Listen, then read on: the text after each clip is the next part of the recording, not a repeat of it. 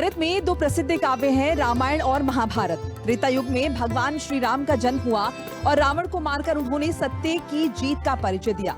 आज हिंदी खबर के दफ्तर आए हैं रामायण के सभी मुख्य किरदार और सनातन परंपरा के हिसाब से हम तिलक और आरती करके उनका न सिर्फ स्वागत कर रहे हैं बल्कि इस कार्यक्रम का श्री गणेश भी।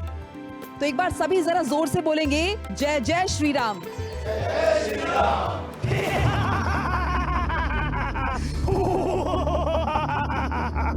अधिकार है मेरा अब सारे संसार के ऊपर, मेरा ही नाम गूंजेगा इस धरती और आकाश के ऊपर। स्वच्छ गंगा का जल होगा, अरे स्वच्छ गंगा का जल होगा, मेरे चरणों को धोने से मेरा ही नाम गूंजेगा मंदिर के कोने कोने से। नमस्कार, स्वागत है आप सभी का। आप देख रहे हैं हिंदी खबर, आपके साथ मैं हूं मोनिका सिंह। तो दशहरे का पर्व है और सभी जानते हैं बुराई पर अच्छाई की जीत का प्रतीक है ये दिन, दशहरा का दिन। और आज ये इसलिए खास है क्योंकि हिंदी खबर के स्टूडियो में, हिंदी खबर के दफ्तर में मौजूद है वो तमाम दिव्य किरदार जिनकी बात जो है वो हर साल होती है। इनके किरदारों को एक बार हम हर साल जीवंत करते हैं और प्रेरणा लेते हैं भगवान श्री राम के जीवन से, माता सीता के जीवन से और तमाम किरदारों को याद करते हैं। तो हमारे साथ मौजूद है, एक बार सभी स्वागत कर लेंगे, मर्यादा पुरुषोत्तम भगवान श्री राम। हमारे साथ माता सीता मौजूद हैं, लक्ष्मण जी मौजूद हैं और साथ ही साथ हमारे साथ यहाँ पर रावण, जिनके बिना जाहिर तौर पर रामायण जो है वो पूरी नहीं होती, और महाबली हनुमान को निश्चित तौर पर कोई भूल ही नहीं सकता। तो ये सभी किरदार जो है अपने आप में काफी महत्वपूर्ण है। तो जय श्री राम के उद्घोष के बीच हमारे साथ यहाँ पर माता केकई भी मौजूद है और ये सभी किरदार सबको बखूबी याद है क्योंकि हर साल हम इनके बारे में पढ़ते हैं, सुनते हैं और इनसे अपने जीवन में प्रेरणा लेते हैं। तो प्रोग्राम की शुरुआत करेंगे, आप कहीं मत जाइएगा, हम बने रहिए हमारे साथ, आप देखते रहिए हिंदी खबर। जय शंकर की। तो देखिए, रामलीला का मंचन तो आप सभी ने देखा होगा निश्चित तौर पर, हमने टीवी पर भी रामायण जो है कई दफा देखी है, लेकिन असल में जो रामलीला का किरदार निभा रहे हैं ये तमाम किरदार, ये असल जिंदगी में कैसे हैं और जब इन्हें नाटक मंचन करना होता है तब क्या क्या दिलचस्प बातें होती है, भी हम जानने समझने की कोशिश करेंगे। पहले राम जी के पास चल लेते हैं। अब आपको सब राम जी ही पुकारते हैं या आपका असली नाम आपको खुद भी या बाकी लोगों को याद है?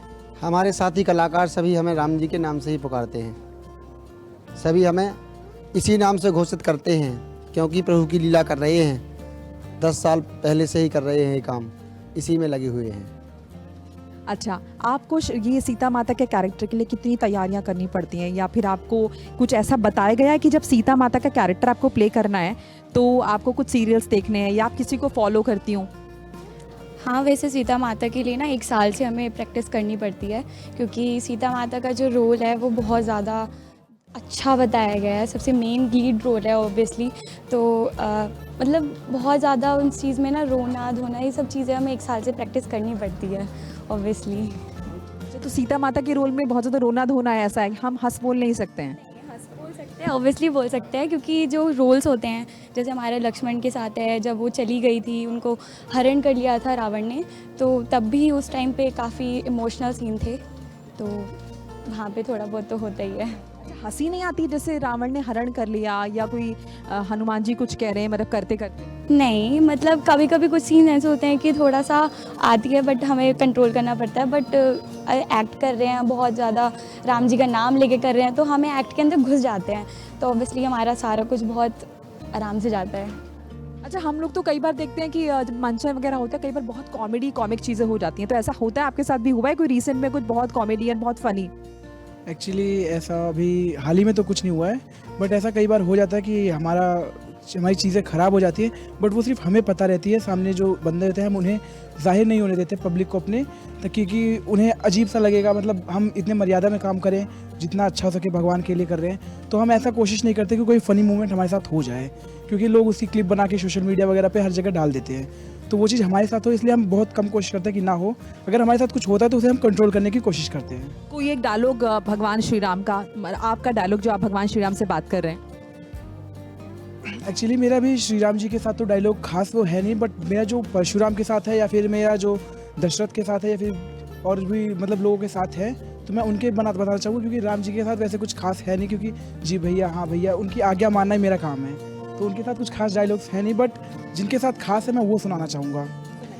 सच्चे योद्धा सच्चे क्षत्रिय अपमान नहीं सह सकते हैं, जिनको सुनने की ताब ना हो वह कैसे चुप रह सकते हैं।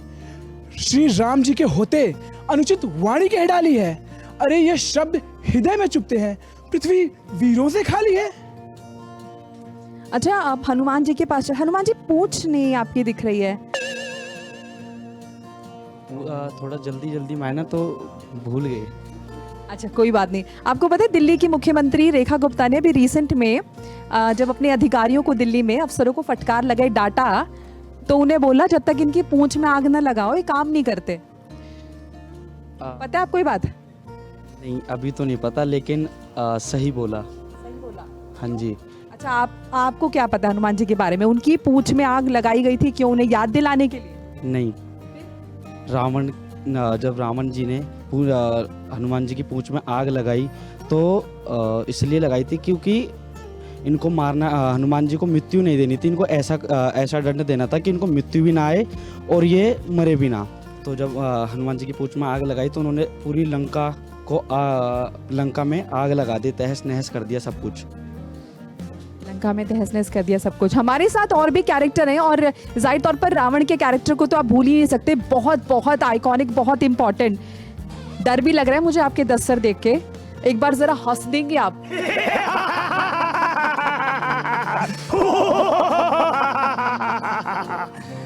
अच्छा, हंसने के अलावा अगर हम सीता हरण की बात करते हैं तो कौन सा वो डायलॉग है जब आप सीता को उठा के ले जाते हैं तो उसके बाद जो आप करते हैं?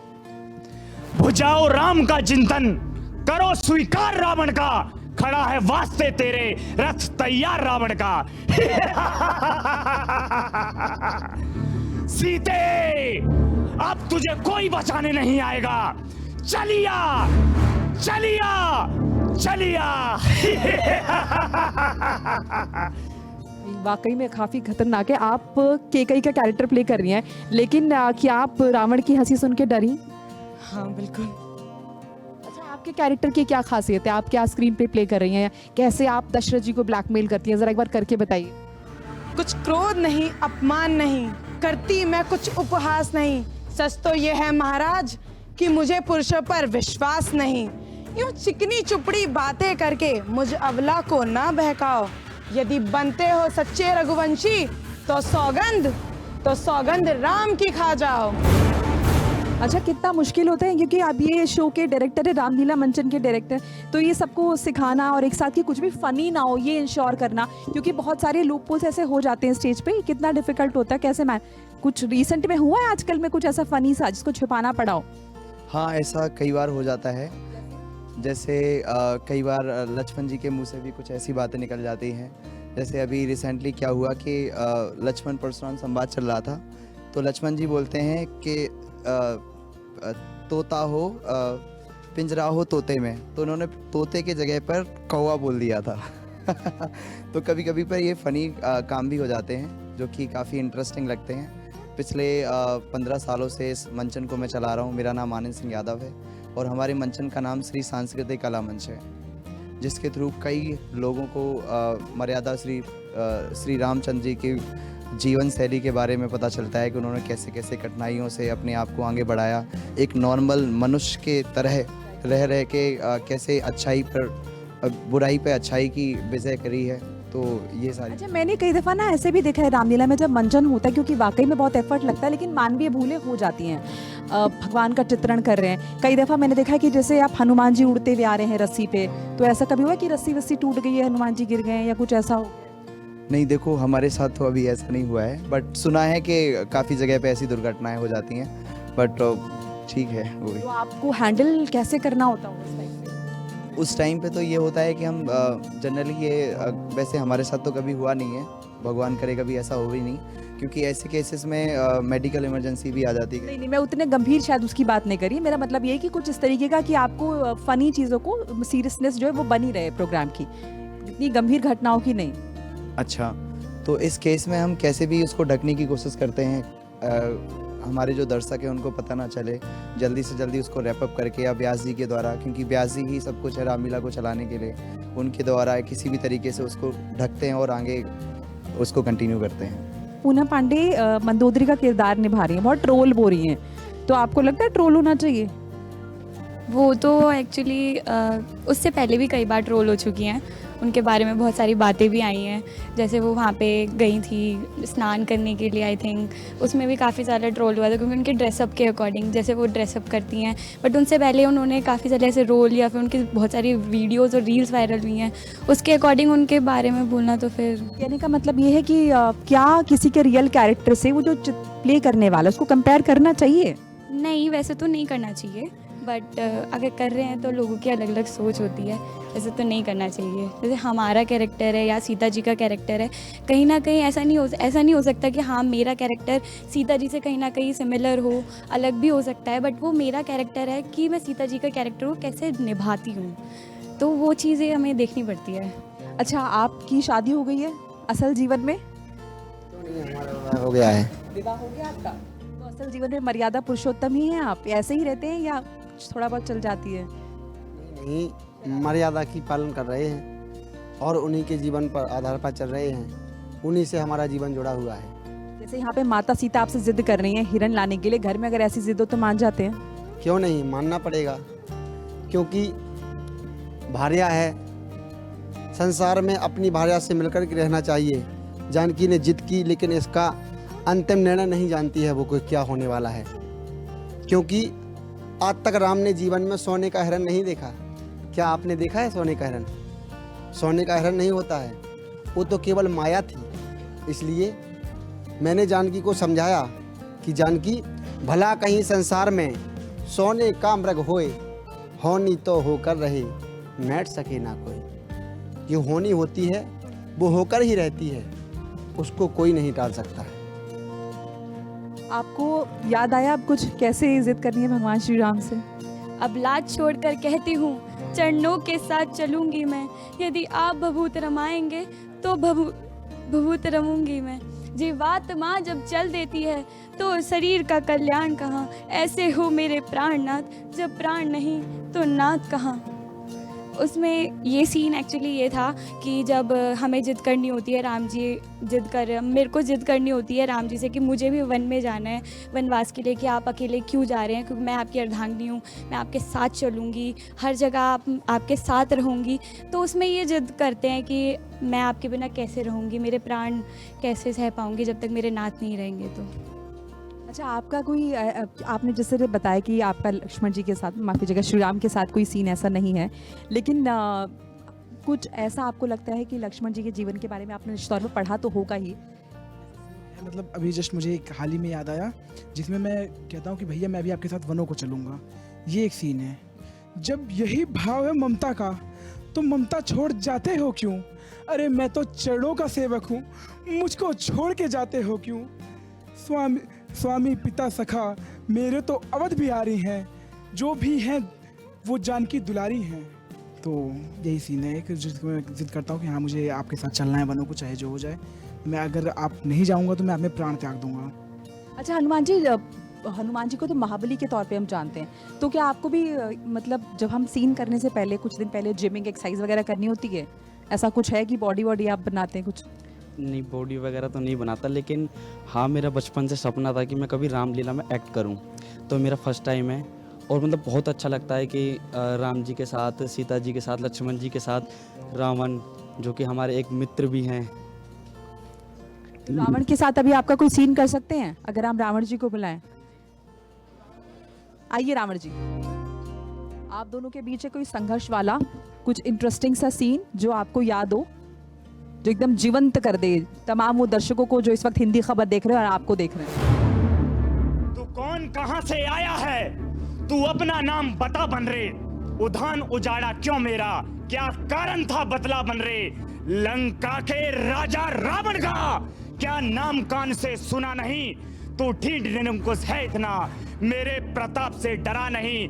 अरे मारा है अक्षय कुमार मेरा, तो क्यों ना तेरा संहार करूं। अब तू ही न्यायी बनकर कह दे कि तुझ संग कैसा व्यवहार करूं। हे दसमुख प्रश्न पुस्तिका के ये पन्ने क्रम क्रम लेता हूँ, पहले जो पूछा सर्वप्रथम उसी का उत्तर देता हूँ। जो दशरथ अजर बिहारी हैं, कहलाते रघुकुल भूषण है। अरे रीजीती जिन पर शूर्पणखा, हारे जिनसे खरदूषण है। अब सुनिए लंका आया था माता का पता लगाने को, इतने में भूख लगी ऐसी हो गया भी बस फल खाने को। सुधी तुमने न ली पहुने की, निश्चर कुल में भाव है और वृक्ष खाकर फल तोड़ता है, वानर का तो स्वभाव है। फलाऊ राज प्रतिष्ठा को आती है बड़ी हंसी मुझको, अरे आती है बड़ी हंसी मुझको, तेरी ऊट पटांग बातें सुनकर, उन अदम तपस्वी बच्चों को किस भांति बखाना चुन चुन कर। जा समझा दे अपने स्वामी को, उस बानर वाले तपसी से क्या डर जाएंगे लंका वाले। तो अब तो श्री राम जी यहाँ पे हनुमान जी को भी कहीं ना कहीं रावण ने इतना कुछ कह दिया है, तो आप कुछ कहना नहीं चाहेंगे? मैं यही कहना चाहूँगा, रावण को यही कहना चाहूँगा कि लंकेश का अंतिम समय आने वाला है।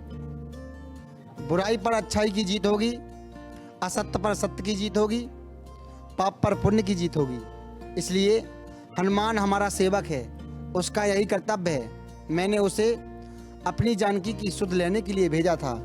रावण को हनुमान ने भली भांति समझाया कि तुम पर नारी का हरण करके आए हो, तुमने ये कार्य अच्छा नहीं किया है, क्योंकि प्राणी जब पर नारी का हरण करता है तो उसका विनाश समीप हुआ करता है। रावण का विनाश आने वाला है, उसका अंतिम समय आने वाला है।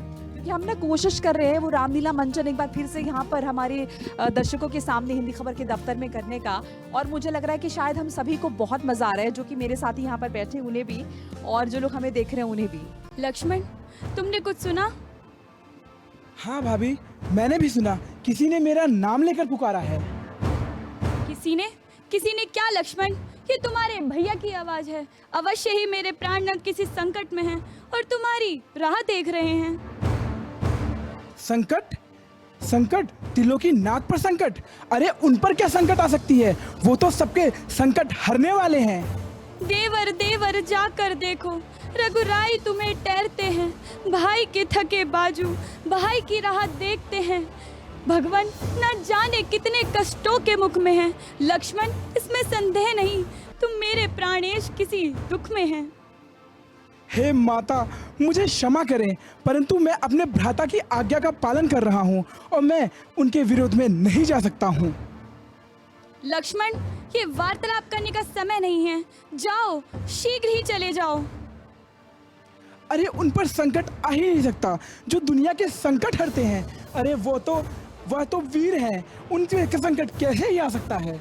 माता, मुझे क्षमा करें, परंतु मैं अपने भैया के बातों का उल्लंघन नहीं कर सकता। माता, क्षमा करें माता। लक्ष्मण, इतनी बातें मत करो, जाओ, जल्दी उस मृग वाली दिशा में चले जाओ। तो ये वो सीन था जब सीता जी ने हिरण देखा। खैर ये सब हम लगातार आपको बताते रहेंगे, दिखाते रहेंगे। इस बीच मेरे कुछ सहयोगी भी यहाँ पर न्यूज़ रूम में मौजूद है, जो कि आपसे कुछ प्रश्न पूछना चाहते हैं शो से रिलेटेड। मेरे साथ यहाँ पर अपूर्व है।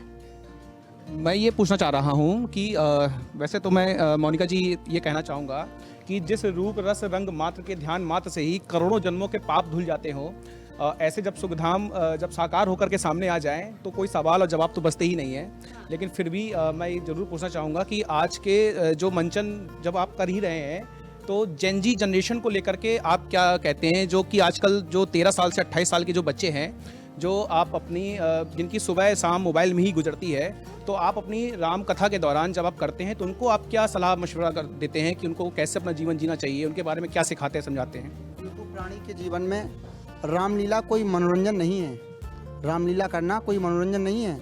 इससे हमें सीख मिलती है कि माता पिता की सेवा कैसी करनी है, भाइयों में प्रेम कैसा होना चाहिए, भाई और भाई किस तरह से मिलकर के रहना चाहिए, और प्राणी को कठिन से कठिन कितना ही बुरा समय क्यों ना हो, अपने सत्य से नहीं डरना चाहिए, अपना सत्य नहीं छोड़ना चाहिए, अपना धर्म नहीं छोड़ना चाहिए। वो माँ बाप तो अपने बच्चों को लेके आते ही नहीं है ना।